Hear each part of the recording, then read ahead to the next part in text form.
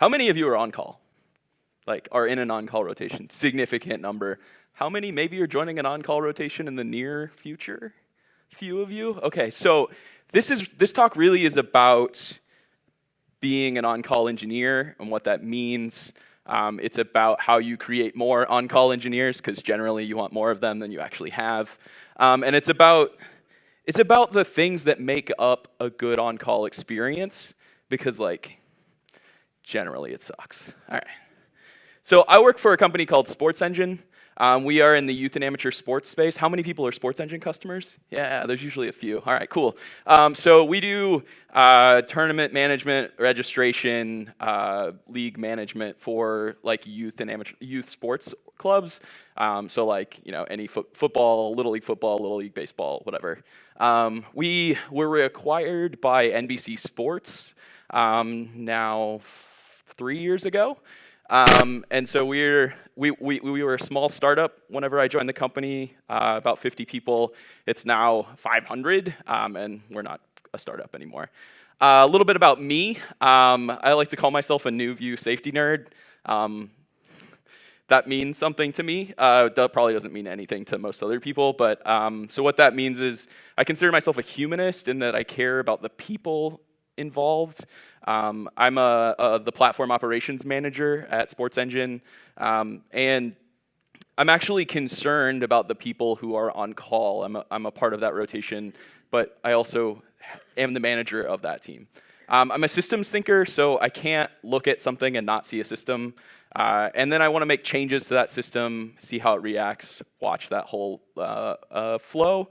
And then the thing I've been more interested in as of the last couple of years is this concept of resilience engineering.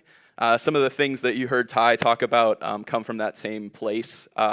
We learn a lot from other industries. Like, we're a very new, young industry in software, and so a lot of these things have been talked about for years with things like nuclear meltdowns, airline crashes, all kinds of stuff. So interesting place to be. Safety third is a entertainment joke. So as a performer, you care about your safety third. But anyway. So I've been in the same on-call rotation for 7 years. This is me shipping code from a boat dock. There's a little Docker joke in there somewhere, but. So here's the basic premise of this talk. It's that there's no substitution for expertise. Expertise is the only way you can have a sustainable on-call rotation experience and help your business actually succeed. So Andrew Schaefer tweeted this in 2011. He's tweeted it about half a dozen times since. He actually gave a talk called Chop Wood and Carry Water. It's really about the fact that there's a bunch of work involved in actually improving these systems and making software more reliable and better serving the purposes for our customers. But there's no silver bullet. You have to do the work, right? So Liz Fogg-Jones, I like this hot take. Because I think a lot of people like to rely on runbooks as the way that you solve your on-call problem. Once you've written it down, it's then perfect, and now everything is happy.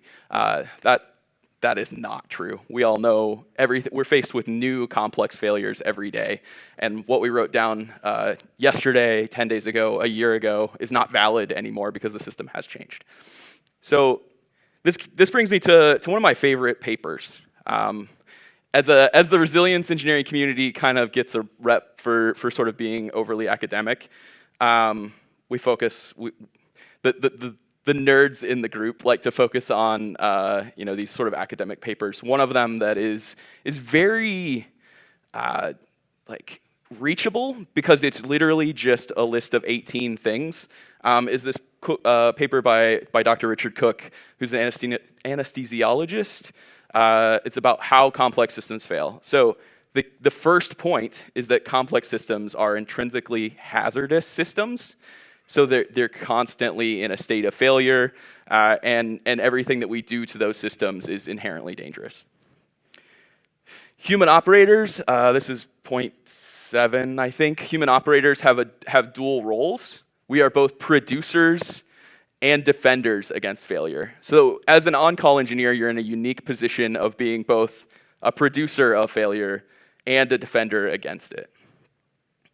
All practitioner actions are gambles. This is point 11 or 10, I can't remember. So everything that we do, every way that we interact with a system is a gamble. So like it could pay off and be fine, it could have disastrous results. And there really is no way to predict that. Human practitioners are the adaptable element of complex systems. So what makes a complex system adapt and react and change are the human practitioners that actually participate. And people continuously create safety. We continuously make the system work, function, continue to function, recover from failure. Examples. So what? Cool. I read like 5 points of the 18 from that paper. So what? So the key question is, how do we build expertise as someone who is coming into an on-call rotation, or someone who doesn't feel adequate within an on-call rotation, which is probably a feeling that everyone feels. So this is from another paper, and it's the construct of learning organizations. It talks about the people level, so creating learning opportunities, promoting inquiry and dialogue, encouraging collaboration, empowering a collective vision, and then a structural level. So this is, again, coming at it from a systems thinking point of view, that there are systems in different levels here. Connect the organization to its environment, right? So help people understand the impact that they have within the organization. Establish systems that capture and share learning. Those are the most valuable systems you can create. Provide strategic leadership for learning. So actually be intentional about creating learning opportunities. And then this creates things that we actually want, right? Like we want organizational knowledge, we want increased financial performance. So this is one of my favorite quotes by Dr. James Barker. It talks about leadership as an emergent property of the system that moves the organization forward. So let's break that down for a second. It means that we talk about emergent properties, right, in systems thinking, where you make a change and something new happens.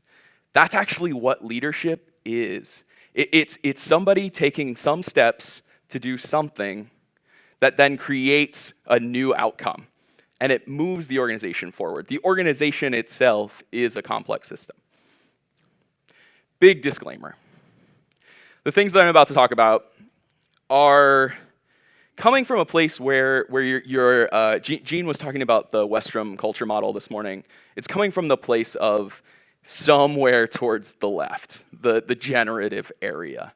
And if you're not there as an organization, do not recommend that you try these things, because it's a pretty good way to get fired.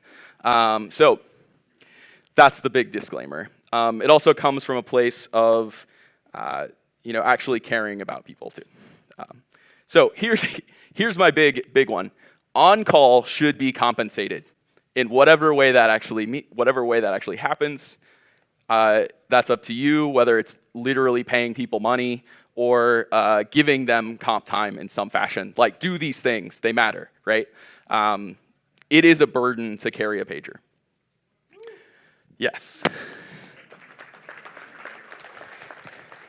So I break this down into definitions of you. So I'm gonna talk directly to you for some definition of you. So 1, you the engineer. As an on-call engineer, these are the things that you should think about. You as the team, a team in an on-call rotation, that's how you should do rotations. It should be a team.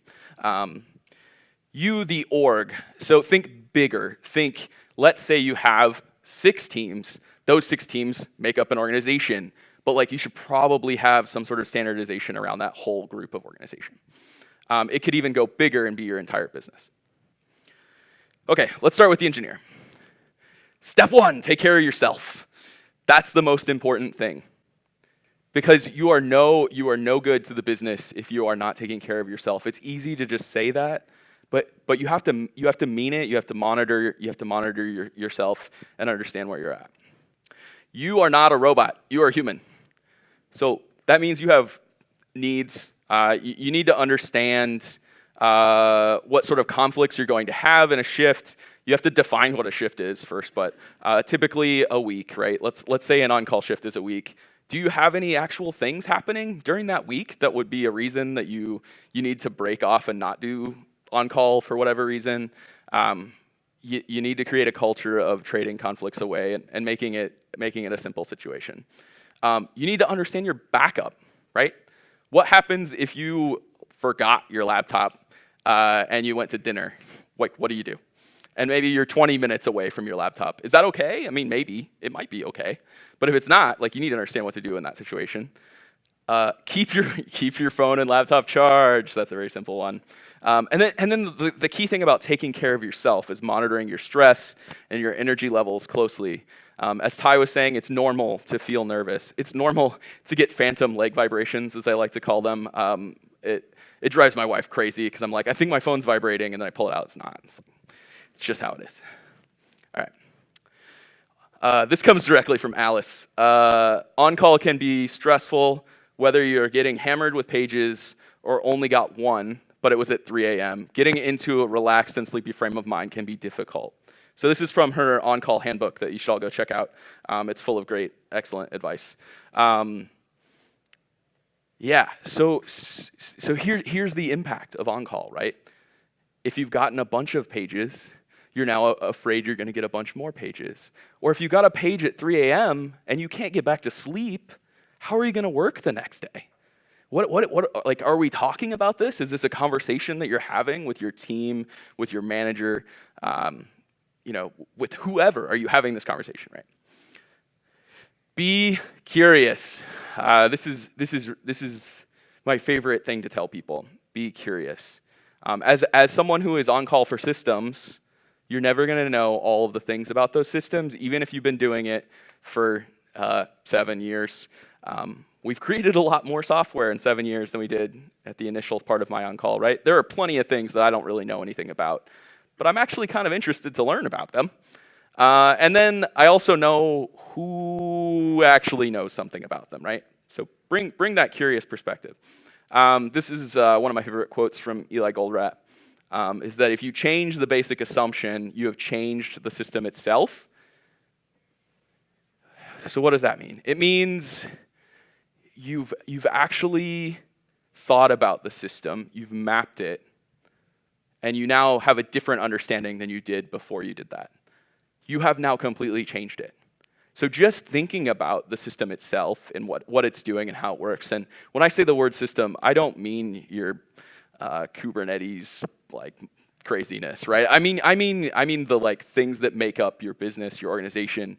I mean also the Kubernetes craziness, whatever. Okay, here we go. Being uncomfortable with a system or a set of systems is useful feedback. Embrace it. It's an opportunity to learn. This is important. Like thinking about these things as a way to learn about your system. Take notes. In the heat of the moment, you may not have time to actually talk about it, but you can come back to it later. Read any material you can find on previous incidents.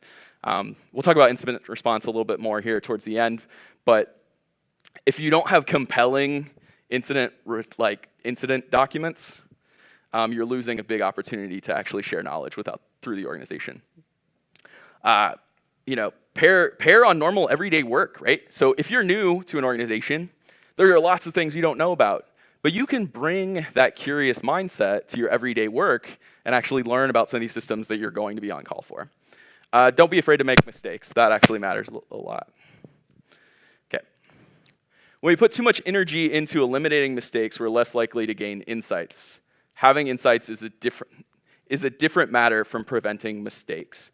So this comes with a great book by Gary Klein, Seeing What Other People Don't, What Others Don't. And it's really about looking for insights. You're not trying to prevent mistakes because you gain insights by making mistakes. That's actually kind of how it works. So the other thing as an engineer you should be thinking about is like the impact, right? What is the impact to your system, like whenever you get paged? So does this alert mean there's a problem for our customers? I don't know. Do you know? who do I need to tell about this incident? So do I need to post on a status page? Do I need to tell our support people? Do I need to, I don't know, tell my boss, right?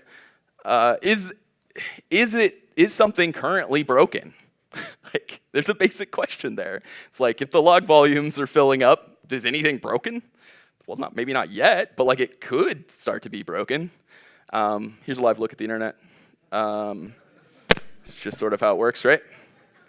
Okay, so the nines don't matter if customers or if users aren't happy. This is from Charity Majors. There's an amazing T-shirt that goes along with this. But it's true, right? Like the nines don't matter. What you care about is your customer's experience.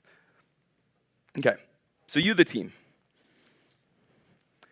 be intentional. Like it sounds simple, but actually treat on-call as a thing that you're trying to get better at. The simplest system for bringing new people onto to on-call rotations is shadowing. So I like to think of shadowing as two different ways. There's sort of standard version of shadowing where you also get paged when the person who's actually on call gets paged. And then there's the one that I actually like better, and it's that you get paged first, and then you escalate to the person who is your shadow, which is the person who has been on call before. I like that one better because you actually practice a bunch of stuff while you're doing that. You know how to escalate. So whenever that becomes a thing that you need to know how to do, you know how to do it. You are getting the pages, you get the feel, but you don't have the expectation of being able to solve all the problems. So it gives you this like freedom to understand the system better by the time you're the one that is in charge of the $1 million worth of infrastructure or whatever, right? Escalation systems, this is the next thing to think about. Have them. Escalation systems are super important. And if you don't know how to use it as an engineer, then you failed in how you created the system as a team. So this is a simple one, right? This is the one that we use. It's literally, there's a level 1, and then you can escalate to level 2. And it's clearly defined. There's a schedule for both of them. And make sure that the same person isn't in both of them. Okay. Expertise is not evenly distributed. Acknowledge this, right? I've been at this organization for 8 years. I have a different level of expertise about different things than someone who's been there for a year. It's fine. It's how it works. But I'm also trying to distribute that. I'm actively trying to distribute that knowledge. Review your alerts. This is my favorite system. Review them. If you get 5 alerts in a day, is anybody else knowing that you got 5 alerts in the day? Right? So here's what our Slack system looks like. So we have an it's fine dog emoji. I don't know if y'all are familiar with React G-Channeler, but it's this great plugin for Slack where you can basically add an emoji and then it posts a Slack message into a channel. So we have this like clean channel that is where we post all of the alerts that we care about. And then the next day, so you'll see there's a Slack bot reminder that the meeting is starting. That we go through each of these 3 things. We talk about them. We talk about whether it was valuable that it went off. We talk about like what we actually did to respond, all of those things. This is valuable, very, very valuable. Okay, you the org. Incident response plan, have one.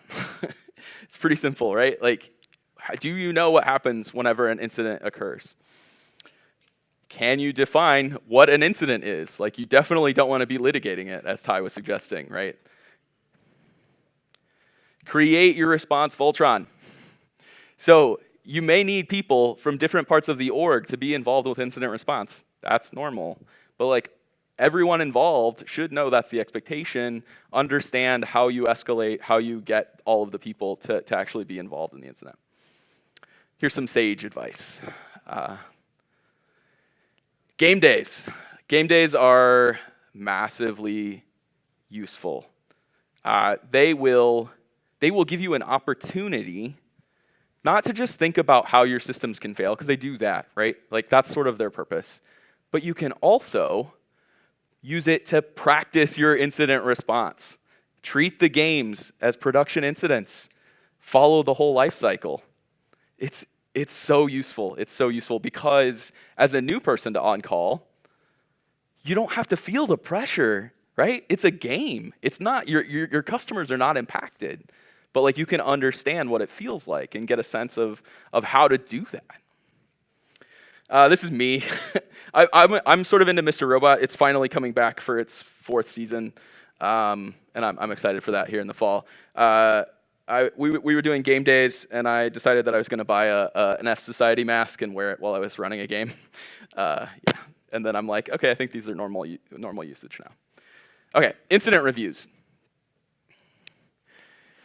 All right, so we can't talk about, and again, I did that with game days as well. There's a lot of complexity involved in running a game day. It's a whole talk by itself. Incident reviews, same situation. Lots of complexity involved here. So I'm going to try and give you some things that I think about. Tell a compelling story. It sounds really straightforward, but it's actually how you get the value out of the document that you create. Because no one wants to read a timeline full of things that doesn't tell them anything. Like, who actually reads timelines in incident review docs? So tell a story. Explain the complexity. Explain how this system impacts that system, Okay, so there's this video from Johan Bergström, who's a professor at Lund University in Sweden. And it's great. It's like 7 minutes. I just wanted to talk about the traps specifically because I think they actually hinder your incident reviews significantly if you fall into these traps. So this comes from the Field Guide to Understanding Human Error. It's about counterfactual language and how counterfactual language isn't actually adding any value. So what is counterfactual language? You're talking about possible outcomes, things that could have happened, things that should have happened. These are things that did not happen. So they don't actually add any value to understanding what happened. I'm an Allspawn, which is people who follow John Allspaw. And so he likes to talk about, you label the contributing factors on your postmortem document, but if it has a bunch of, like, we didn't have, there was no, a lack of, should have, you're actually adding a bunch of things that aren't really learnings, right? Okay, next trap is normative language. So normative language is talking about how there was something that isn't meeting a standard that should have been met. So insufficient flight crew monitoring of airspeed indications. This is about an airline crash, right? Well, if I replace 4 words, it becomes about the deploy that didn't work. So insufficient service monitoring of database performance during the deploy resulted from expectancy, increased workload, fatigue, and automation reliance. You can do this with almost anything. Like, you can literally make these big, long documents about airline crashes or mountaineering disasters. You can change them and make them about software. Okay, the last trap is mechanistic reasoning.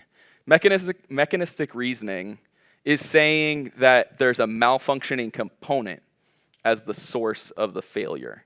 And all you have to do is create a functioning component and put it back in its place, and everything will be hunky-dory.